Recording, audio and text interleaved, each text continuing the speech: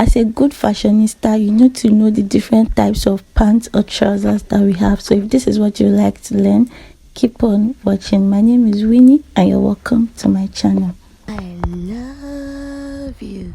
Hey beauty, welcome to my channel.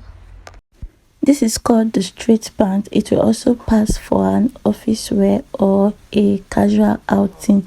It is used for official purposes. This is the skinny pant. It is mostly used in jeans, but you can also use your crepe fabric to sew a skinny pant. This is called the boot cut pant. It used to be used in the olden days, but now fashion is evolving and it is also used currently. This is also called the flare pant. It can pass for a palazzo, but it is not a palazzo. It is a flare pant, not a wide leg. This is a wide leg pant and it is now categorized as a palazzo in all, but it is a wide leg pant. This is a pegged pant. It always have a very big waistline at the tummy area and it's always an high waist dress trouser. This is called a stirrup pant. It can also pass for an official pant. It's also called the 5-pocket jeans. It is now called the cargo jeans, but it was formerly called the 5-pocket jeans. This is called the bush trouser. I don't know if it's in vogue anymore. It looks funny, right? And now this is the main cargo pants. You can use it on Ankara, your crepe.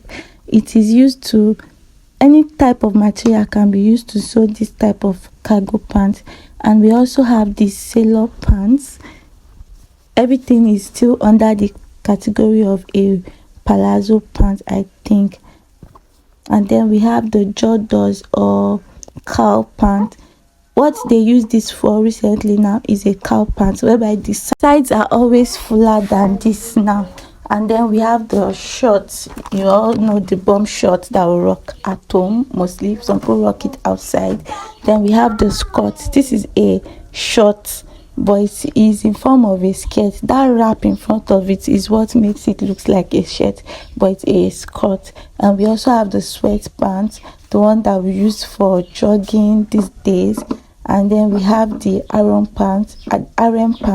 I don't know what this is used for, but you have seen it, so if you want to rock it in any way. We also have the palazzo, which is the variation of all I've been showing you since morning. Variation of the wide leg, the flare pant and all.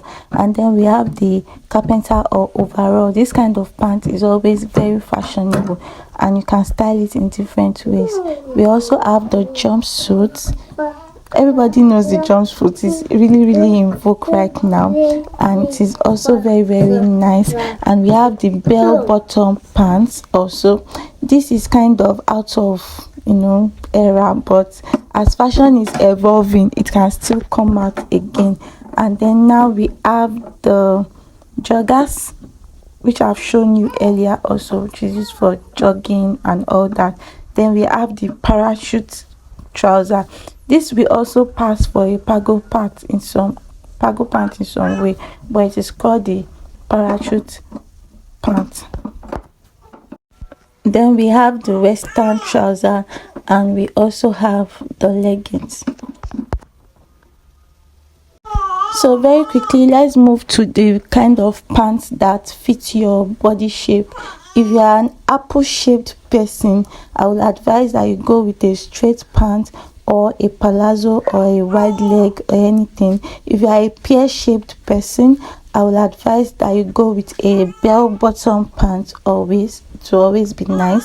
If you are an inverted triangle kind of shape, I will advise that you go for a wide leg trouser. If you are a rectangle shaped person, I will advise that you go for a more pencil pant. And if you are an hourglass shaped person, I will advise that you go with a straight pants. I hope this video was helpful. If it was, give it a thumbs up, share with your family and friends. Till I see you in the next one. I love you and I care. Bye.